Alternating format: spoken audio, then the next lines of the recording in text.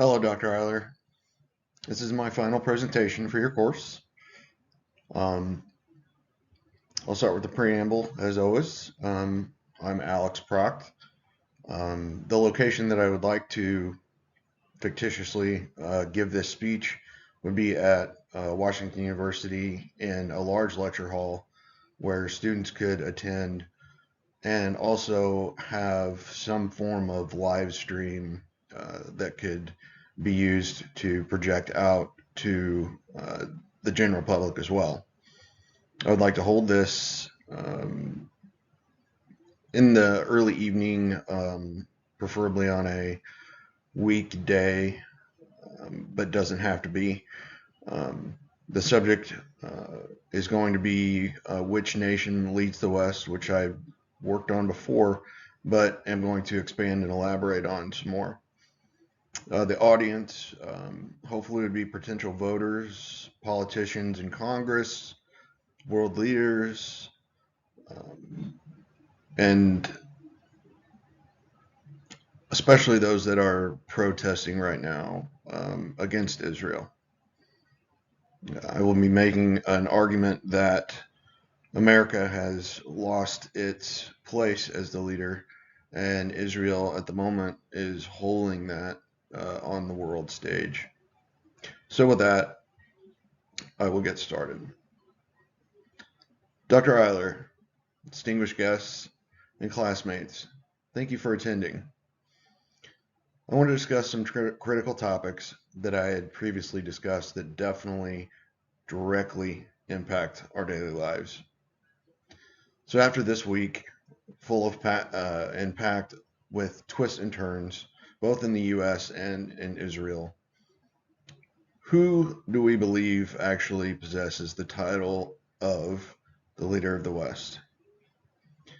As mentioned before, according to Niall Ferguson's book, Civilization, the West, and the Rest, characteristics that define a West nation include competition, science, the rule of law, consumerism, modern medicine, the work ethic, but also concepts such as freedom and individual liberty.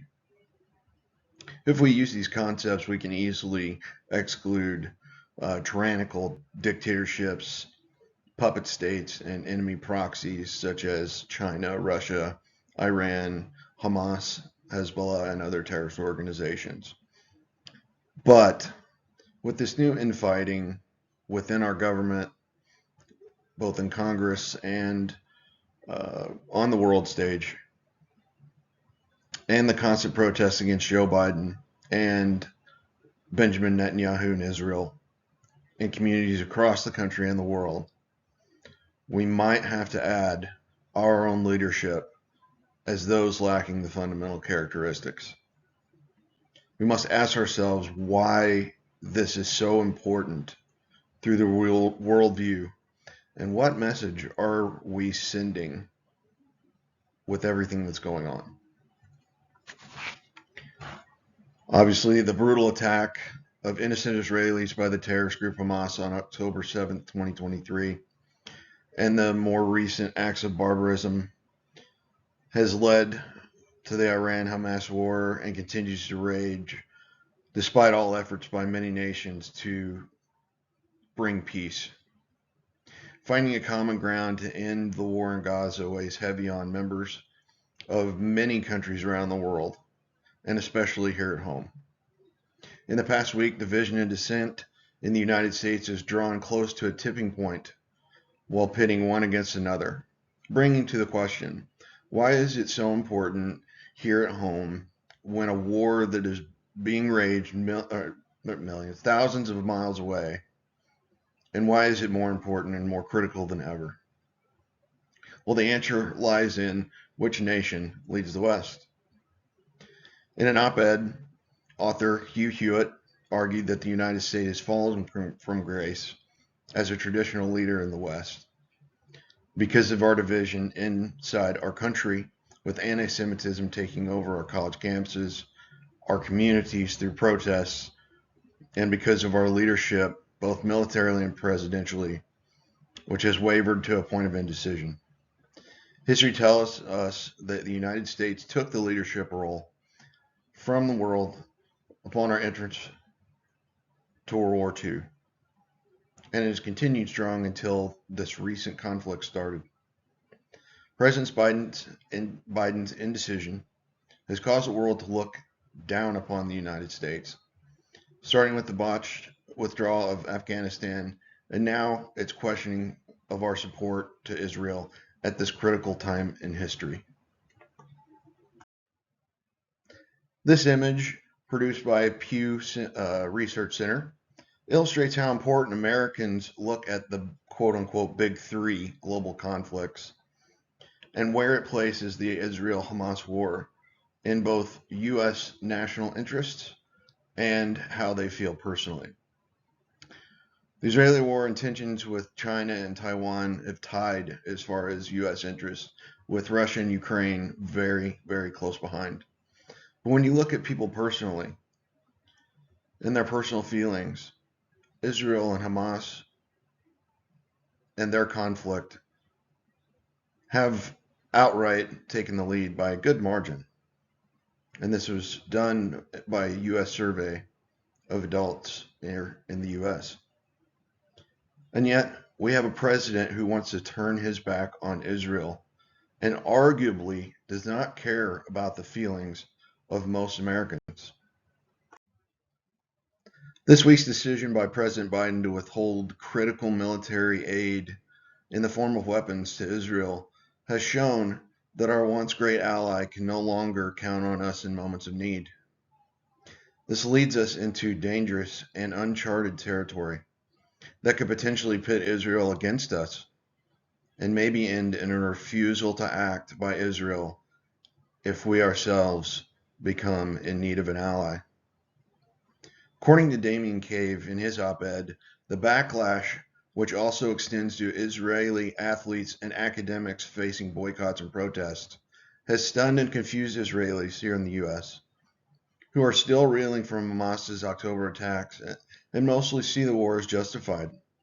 Many blame unchecked anti-Semitism in American politics for Israel's isolation. Others struggle to parse reasonable critique from selective virtue signaling.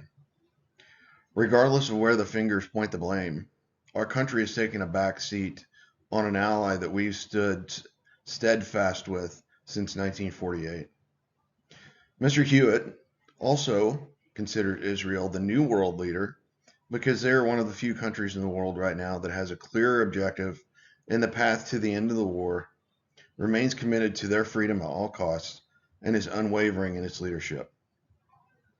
I agree that the United States has put themselves in an awkward position where it can be argued that we have lost our sense of purpose. As an example, we're losing sight of the big picture in U.S. Congress. The bickering with the Republican Party over who the House Speaker should be and whether they should remove him right now. And now, this week, articles of impeachment have been brought against President Biden. All well, two wars, both the Israel and Hamas war and the Ukraine war that's basically been forgotten, are occurring in the world and require our undivided attention. How can we be the leader in the West when we can't even settle on the leader of the House or trust our own president? In another article by Elizabeth Elkind, she states, President Biden and Israel would continue to see support for its defensive systems, like the Iron Dome, when he was in a CNN interview. He did, however, add that if Israel goes into Rafah, which they have, he says, I'm not supplying the weapons that have been used historically to deal with Rafah, to deal with the cities that deal with that problem. This could not be any clearer in arguing that we are no longer going to support Israel in a war against a terrorist organization we see as a common enemy. It also spells out an action that former President Donald Trump was impeached on when he was accused of withholding aid to Ukraine. With the new articles of impeachment presented by against President Biden for essentially the same action The entire U.S. government leadership is at odds with one another, and it clearly shows that we have taken our eye off the ball. This could not be more disastrous for us and how we are viewed on the world stage. With the election coming very fast approaching and our country more divided than ever, coupled with an administration that's faltering on many significant foreign and domestic issues, the United States is definitely casting a shadow of doubt on being the leader of the West. I believe that our founding fathers would be highly disappointed with what has happened to our politics, foreign policy, and national security. Benjamin Franklin's famously quoted as saying, "A republic if you can keep it." On our current path, we're floating on a very slippery slope where we may be unable to keep it. Israel, in contrast, is steadfast in their conviction and willing to fight at all costs to keep their free republic, even as it's standing alone without our support. It still makes it the new leader of the West. Thank you.